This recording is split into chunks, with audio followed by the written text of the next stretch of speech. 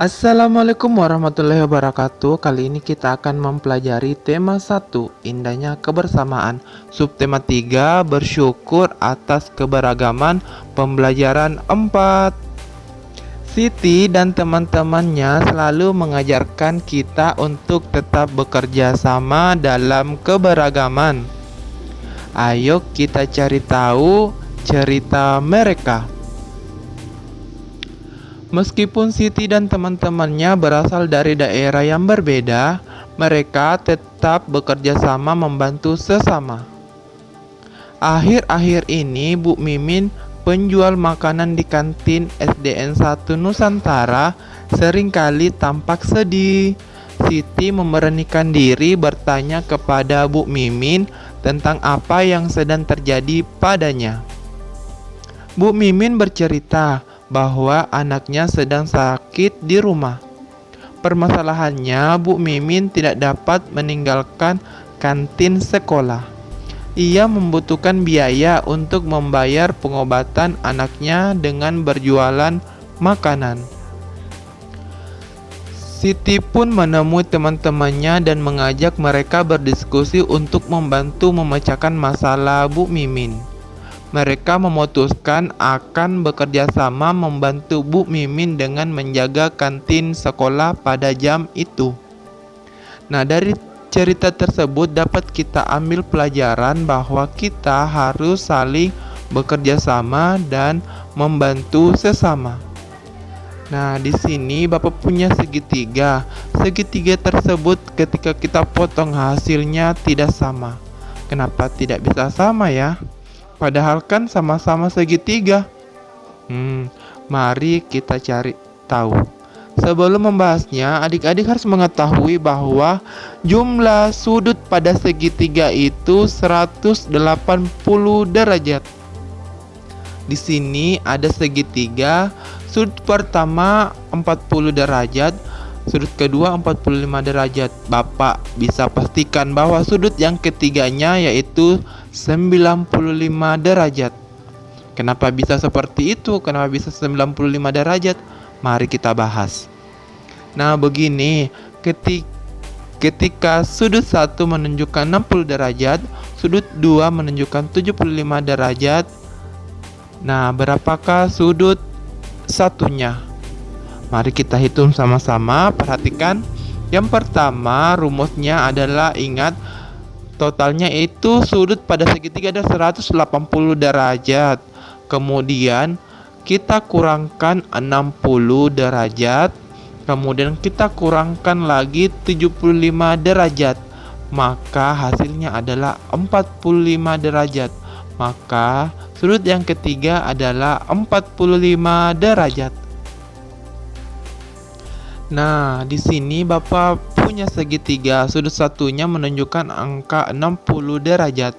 Sudut duanya menunjukkan angka 80 derajat. Nah, berapakah sudut satunya lagi? Nah, mari kita hitung sama-sama. Nah, ingat 180 dikurangkan 60 derajat. Kemudian kita kurangkan lagi 80 derajat. Maka hasilnya adalah 40 derajat. Maka besaran sudutnya adalah 40 derajat. Rumusnya seperti ini ya adik-adik. 180 dikurang sudut 1, kemudian dikurang sudut 2, maka akan menjadi jawabannya. Besar sudut pada segitiga juga mempengaruhi namanya. Nah, adik-adik masih ingat kan jenis-jenis sudut? Nah, yang pertama sudut siku-siku. Suatu sudut disebut sudut siku-siku jika kaki sudutnya tegak lurus, yaitu ukurannya adalah 90 derajat. Sudut lancip.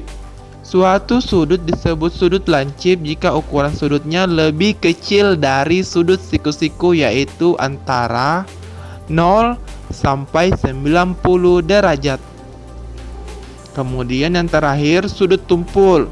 Suatu sudut disebut sudut tumpul jika ukuran sudutnya lebih besar dari sudut siku-siku, yaitu antara 90 sampai 180 derajat. Nah, tambahan supaya adik-adik paham, menentukan, memahami materi. Nah, di sini Bapak punya potongan semangka. Apabila Bapak potong semangkanya menjadi kecil seperti ini, maka kita dapat kita lihat bahwa irisan tersebut seperti segitiga. Nah, sudutnya itu kurang dari 90 derajat, maka dinamai sudut lancup atau segitiga lancip.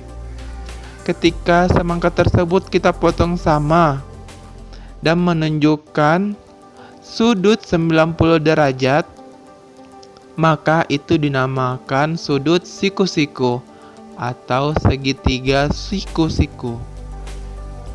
Ketika semangka tersebut kita potong besar, semangka tersebut memiliki sudut lebih dari 90 derajat, maka segitiga itu dinamai dengan sudut tumpul atau segitiga tumpul.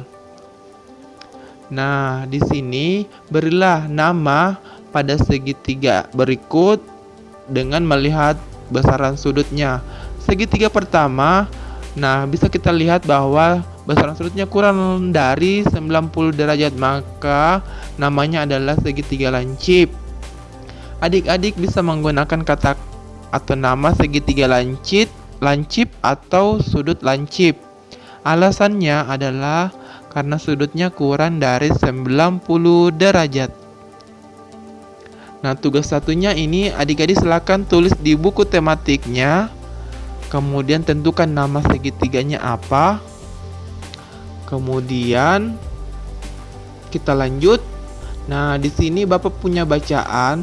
Adik-adik silakan dibaca dulu bacaannya. Di sini ada bacaan sigap membantu sesama. Di sini terdapat 5 paragraf. Silakan di-pause dulu videonya, kemudian adik-adik silakan dibaca.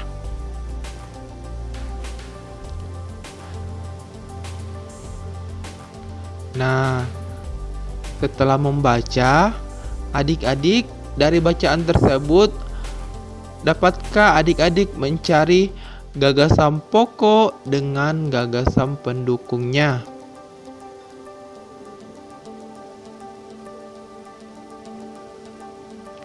Apa sih yang dimaksud dengan gagasan pokok? Apa yang dimaksud dengan gagasan pendukung? Nah, sebelumnya Bapak telah membahas apa itu gagasan pokok dengan apa itu gagasan pendukung. Tetapi tidak apa-apa, kita ulangi terus agar adik-adik betul-betul paham. Gagasan pokok adalah ide utama yang dibahas dalam suatu bacaan, bisa berupa kalimat inti atau pokok paragraf. Sedangkan gagasan pendukung adalah uraian atau tambahan informasi untuk gagasan pokok. Nah, adik-adik perhatikan contoh pada paragraf pertama. Sigap membantu sesama. Malam itu beberapa warga Kampung Babakan berkumpul di pos jaga. Tiba-tiba terlihat seorang bapak tua yang berjalan pelan. Ia memangkul kardus besar di pundaknya. Oh, rupanya Pak Sami. Pada kalimat malam itu beberapa warga Kampung Babakan berkumpul di pos jaga. Apakah itu termasuk gagasan pokok atau gagasan pendukung? Ya, itu termasuk gagasan pokok. Sedangkan pada kalimat tiba-tiba terlihat seorang bapak tua yang berjalan pelan. Ia memangkul kardus besar di pundaknya. Oh, rupanya Pak Sami. Nah, itu adalah gagasan pendukung. Dapat kita lihat bahwa kalimat tiba-tiba terlihat seorang bapak tua yang berjalan hingga akhir itu adalah penjabaran atau penjelasan dari gagasan pokok yang berupa malam itu beberapa warga Kampung Babakan berkumpul di pos jaga. Nah, pada paragraf pertama tadi kita telah mencari yang mana termasuk gagasan pokok dengan gagasan pendukungnya. Silakan adik-adik Tulis lagi di buku tematiknya, tentukan gagasan pokok dengan gagasan pendukung pada paragraf 2, paragraf 3, paragraf 4, dan paragraf 5. Dibuatkan seperti tabel seperti ini. Apa gagasan pokoknya, apa saja gagasan pendukungnya pada paragraf 2, 3, 4, dan 5. Oke, baik, kesimpulan kita tadi belajar apa saja? Yang pertama, kita telah mengidentifikasi berbagai bentuk keberagaman suku, bangsa, sosial, dan budaya di Indonesia yang terikat persatuan dan kesatuan.